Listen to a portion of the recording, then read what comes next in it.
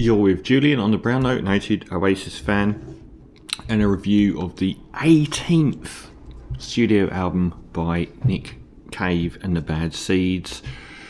Cave, long established as the greatest all-time Australian musician, bar none, with one of the longest and most rewarding discographies in all of alternative music, who has had a second act like only really Neil Young had out of any artist, not really having need for one like Neil Young did when Neil Young had his Annus Horribilis times 10 in the 1980s and made a comeback. Cave, and particularly his work with the Bad Seed, which has now been augmented by his soundtrack work with Warren Ellis from the Bad Seeds, including the excellent album Carnage, over multiple soundtrack albums now.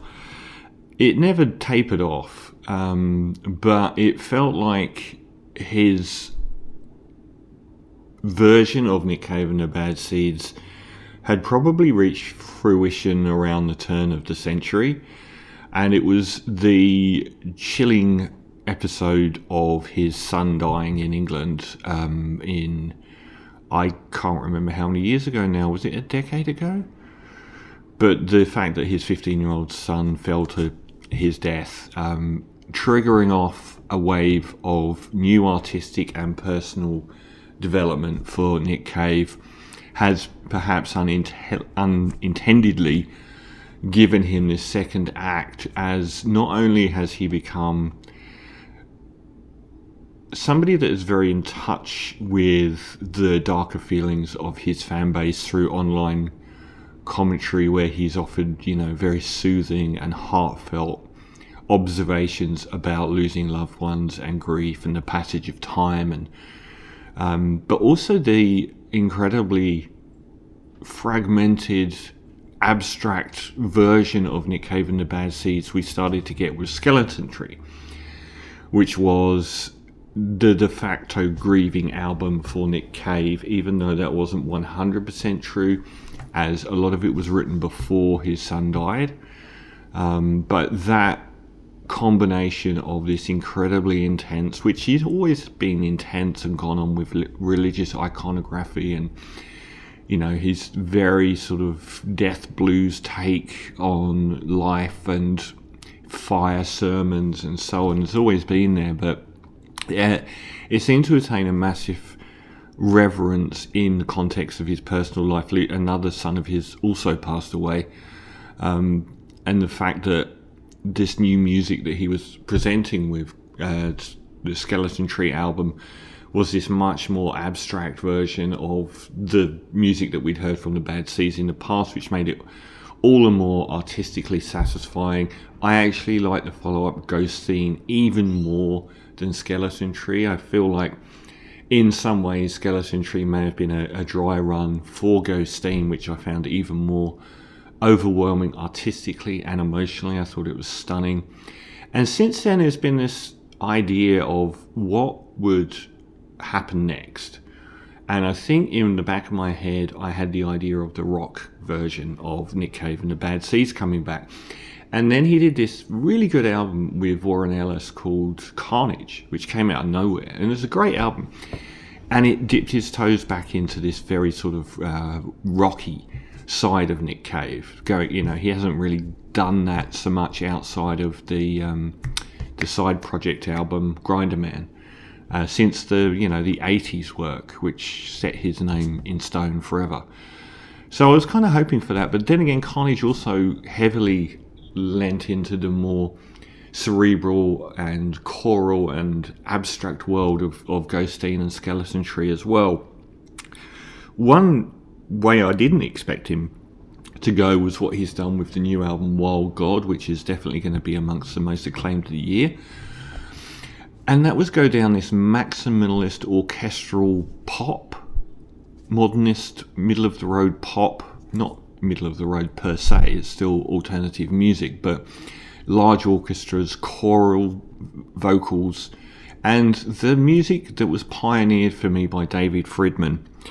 Now, David Friedman was a member of Mercury Rev, and around the time of two landmark albums from Mercury Rev, became a producer, a producer du jour.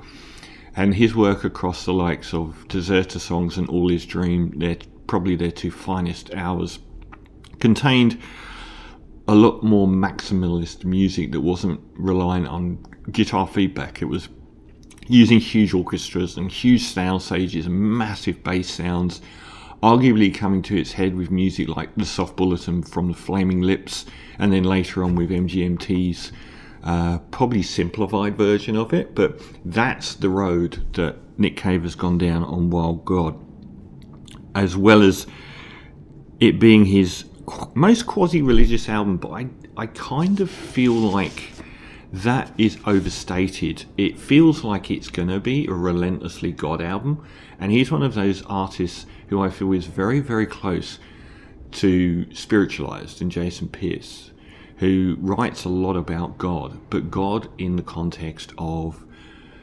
addiction and obsessive love and religious devotion being the same thing. And I feel that way with Nick Cave, just the kind of person to say, actually, I'm not actually religious, but I'm exploring these ideas. And that's what comes across, although a little bit more poignantly and a little bit more critically on this album than I've heard in the past. The opener, Song of the Lake, is like the end song, As the Waters Cover the Sea, in that it's almost a fragment that builds and then recedes as a bookend to the album. It's a very widescreen Soft Bulletin era Flaming Lips track. A lot of the lyrics, especially over the opening half of the album, are very memorable, if over the top at times, but he knew he would dissolve if he followed her into the lake, the titular lake of the song, but that over time he would decay if he remained on the shore. Really is one of the metaphorical, allegorical hearts of this album, which is looking at both religion and secularity as, which is best, not which is right, not which is true. And I think that's a crucial element. Is it going to be better for this guy to give into his devotion and immediately die by following her into the lake, or to never have experienced that and to gradually die on the shore? I think is one of the hearts of the album. And it sets up the metaphorical themes for the album as well, and also the fantastical imagery that's present throughout a lot of the best stuff on here. And it also feels like I don't get the impression that he was believer on this album. I got the impression that he was musing about whether it was better to be a believer if you didn't even believe. The second track, Wild God, the title track, is one of the two probably most important centerpieces on the album. And it tells of a rampaging wild god, a non-malevolent god.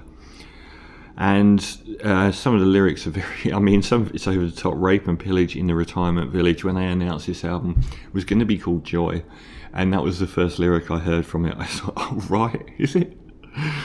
But some of it is magical, like flew through the dying city like a prehistoric bird, just stuck in my head the second I heard it. I think over the first half, some of the emotion of the vocals is over-emoted, but I think that really does change on some of the other tracks as the album progresses, where the voice is not always this overwrought timbre. And it goes into this huge choral final third and coda as well. I think the first four tracks on this album are sublime and the best on the album. There's a lovely seesaw riff to Frogs, and that is got this incredible imagery throughout about Sunday morning rain and frogs jumping in puddles, which is really strange. And there's a lot of the live drumming and bass playing from the Bad Seeds on this album is excellent. It is sometimes overwhelmed by the enormous soundstage behind it.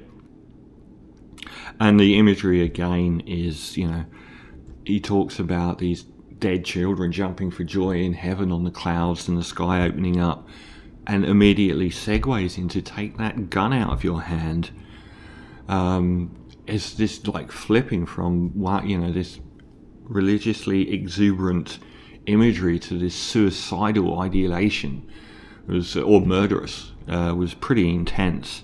And everything on this album, apart from a couple of the ballads, is huge. Joy is the other centerpiece on the album, and it's what the album was going to be called, and it's very interesting that he changed his mind because he thought people would be confused. Joy is one of the best songs I think the Bad Seeds have done. It's got this plaintive piano twinkling away and joined by this very sort of lonely trumpet. And the opening half of the song is just set in one room, whereas a lot of the other music, the narrative was widescreen and was all over the place. But this is just like him waking up in shock and realizing some epiphany, and it's a terrifying one. And it opens with, my family's dead. But it's not that straightforward. He's like having all of these thoughts about, he's just woken up to this epiphany. And these incredible wild images and encounters that he has in this bedroom before it sort of lyrically pans out to be in this global perspective. Stars bright triumphant metaphors for love. And his vocal here is more wide-ranging as well. It curls round, gets softer, and does a lot more interesting stuff. It feels like a storm breaking, the music in the background, which is anxious but not sort of fully defined. It's probably the most abstract of the songs on the album, and one of the finest I think they've done. It goes from there through, the opening four are one of the strongest I think on any Nick Cave album, and fascinating lyrically and imagery-wise and metaphorically and musically. And it does become a little bit more ordinary after that. I thought Final Rescue Attempt was a fine song, but just a little bit more ordinary and straightforward compositionally than the stuff that preceded it. It's got these ominous repeated figures musically going throughout, but a more straightforward song. The conversation, it's got this synth bass and this ghostly falsetto before sort of kicking in with a bass drum coda. And probably the closest song to Religious Epiphany on the album, and it doesn't come across as though it's an entirely positive thing. He always never chooses sides, and I think some people might find that a problem, that he won't choose a side. He's sort of like laying out both sides without picking one. Personally, I didn't, as not a religious person myself, I didn't feel like he was. So that's the vibe I got from him. I didn't feel like he was both, I didn't feel he was agnostic, even though most people probably would.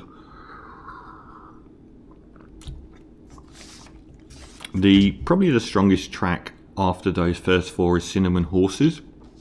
Despairing vocals and lyrics, and some fantastical imagery as well, like horses and vampires in a castle. Madness. Another great use of his voice and some soaring orchestration, which appears on a lot of the tracks as well.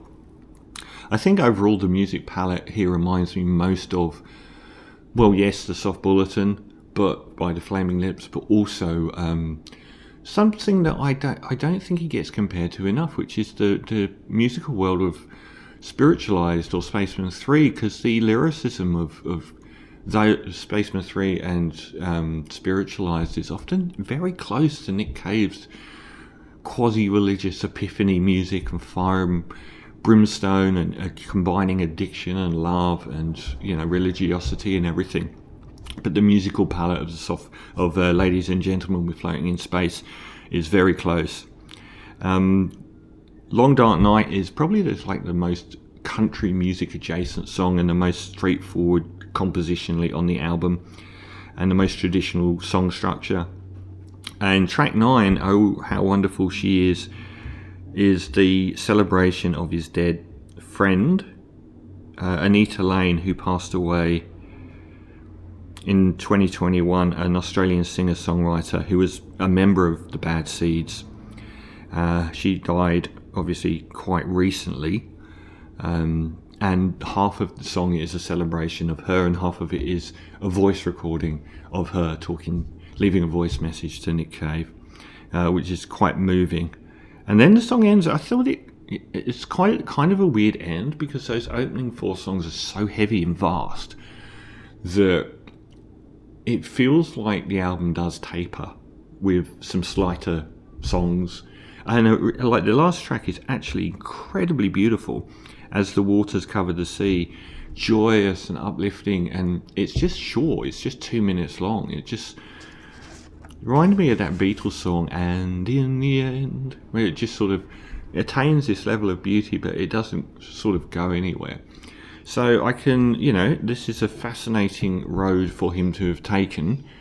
I don't know that, I'd never put this in the same bracket as A Soft Bulletin or Ladies and Gentlemen, We're Floating in Space, because I don't think that it goes far enough in the areas it wants to progress through melodically. The use of this widescreen instrumentation isn't as interesting. I don't know that the songs are as compelling as either of those 2 albums, which are both 10 out of 10 albums, so that's being a bit harsh. But also, I can't say that I found this album overall as compelling an artistic statement as Ghosteen or The Skeleton Tree, because I found those to be, very inventive and wild throughout, and just very emotive. Whereas I felt like the high point of this album was reached by the mid-stage, and it kind of became a little bit more ordinary in the composition of the songs and the lyrics, with, exceptions like Cinnamon Horses as it went along. And it feels like, there's this tumult up until the end of Joy, where the storm breaks and things like resignation and those kind of feelings come in. So that's rating it against, the bet. Is it going to be the best album of the year for me? Probably not. But it's still an easy 8 out of 10 for another great album from Nick Cave and the Bad Seeds, who have got one of the most developed, deep, interesting discographies, this side of someone like Neil Young himself.